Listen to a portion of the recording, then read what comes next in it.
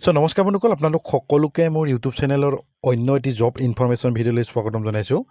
পুনৰ মুকলি হৈছে বৃহৎ ভেকেঞ্চি, প্ৰায় ৩,৪৪৫টা নতুনকৈ ভেকেঞ্চি মুকলি হৈছে, য'ত আপোনালোকে 12 পাছ কৰিলে এপ্লাই কৰিব পাৰিব। অৰ্থাৎ হাই ছেকেণ্ডেৰী যদি আপোনালোকে পাছ কৰিছে তেতিয়াহ'লে মেল ফিমেল সকলোৱে এই ভেকেঞ্চিসমূহৰ বাবে আপোনালোকে এপ্লাই কৰিব পাৰিব। গতিকে এপ্লাই প্ৰচেছ কেনেকুৱা হ'ব, চিলেকশ্যন প্ৰচেছ কেনেকুৱা হ'ব, সম্পূৰ্ণখিনি তথ্য মই আপোনালোকক জনাম। ভিডিঅ'টো আপোনালোকে চাই থাকিব শেষলৈকে। তাৰ আগতে চেনেলটো যদি এতিয়ালৈকে আপোনালোকে ছাবস্ক্ৰাইব কৰা নাই, এনেকুৱা ধৰণৰ জব আপডেটসমূহ আপোনালোকে লাভ কৰি থাকিবলৈ প্লিজ চেনেলটো ছাবস্ক্ৰাইব কৰি ৰাখিব।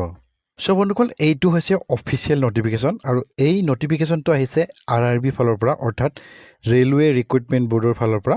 আৰু ইতিমধ্যে আপোনালোকে গম পাইছে যে ইয়াৰে যিখিনি গ্ৰেজুৱেশ্যন লেভেলৰ যিখিনি ভেকেঞ্চি, সেই ভেকেঞ্চিৰ বাবে ইতিমধ্যে অনলাইন আবেদন হৈ গৈছে।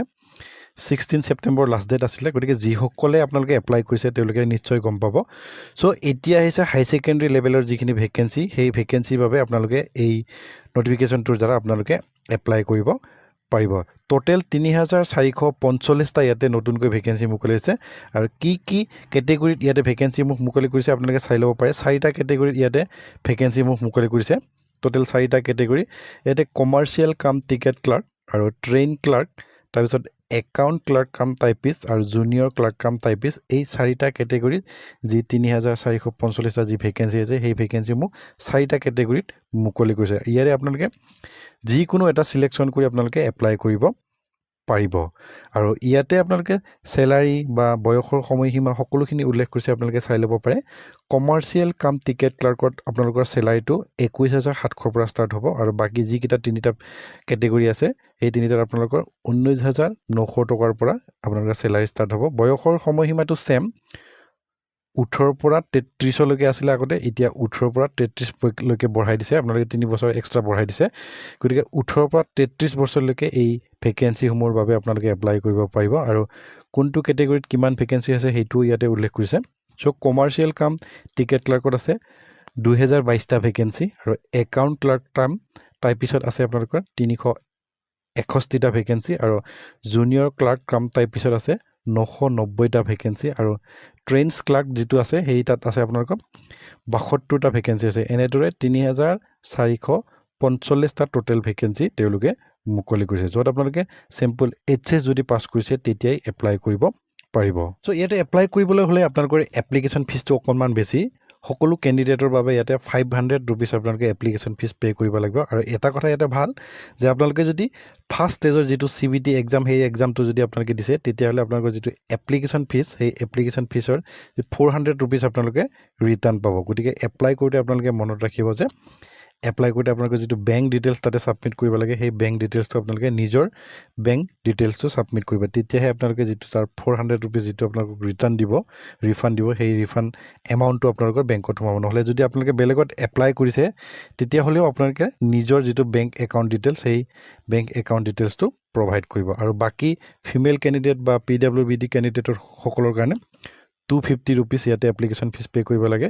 যিটো আপোনালোকৰ CBT ফাৰ্ষ্ট ষ্টেজৰ যিটো এক্সাম দিছে সেই এক্সামটো দিয়াৰ লগে লগে 250 ৰুপিজটো আপোনালোকে ৰিটাৰ্ণ পাই যাব। গতিকে নিজৰ বেংক ডিটেইলছটো দিবলৈ আপোনালোকে নাপাহৰিব।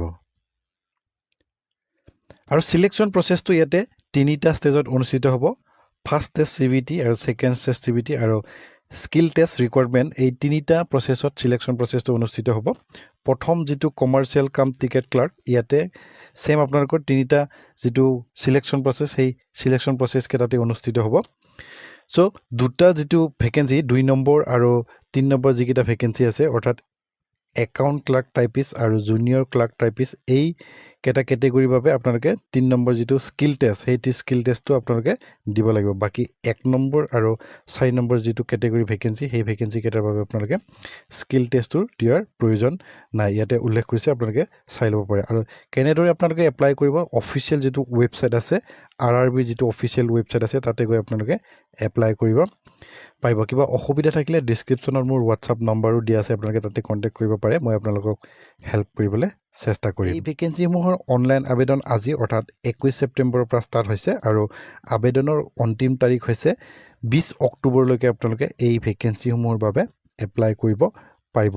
যিসকলে ইণ্টাৰেষ্টেড আৰু এলিজিবল যদি হয়, আপোনালোকে এই গোটেইখিনি ভেকেঞ্চিৰ বাবে আপোনালোকে এপ্লাই কৰিব পাৰিব। চিম্পল আপোনালোকে যদি HS পাছ কৰিছে তেতিয়াই এপ্লাই কৰিব পাৰিব। চ' এইখিনি আছিল ইনফৰমেশ্যনটো। ভিডিঅ'টো চাই যদি আপোনালোকে ভাল পালে পৰৱৰ্তী যিকোনো আপডেটৰ বাবে আপোনালোকে চেনেলটো ছাবস্ক্ৰাইব কৰি ৰাখিব। যিকোনো আপডেট আপোনালোকে এই চেনেলৰ মাধ্যমেৰে লাভ কৰি থাকিব। আৰু কিবা যদি জানিবলগীয়া থাকে ডিছক্ৰিপশ্যনত মোৰ হোৱাটছআপ নাম্বাৰ দিয়া আছে, আপোনালোকে হোৱাটছআপ যোগে কণ্টেক্ট কৰিব পাৰিব। চ' এইখিনি আছিল ভিডিঅ'টো চাই যদি ভাল পালে প্লিজ এটা লাইক কৰি দিব। ধন্যবাদ।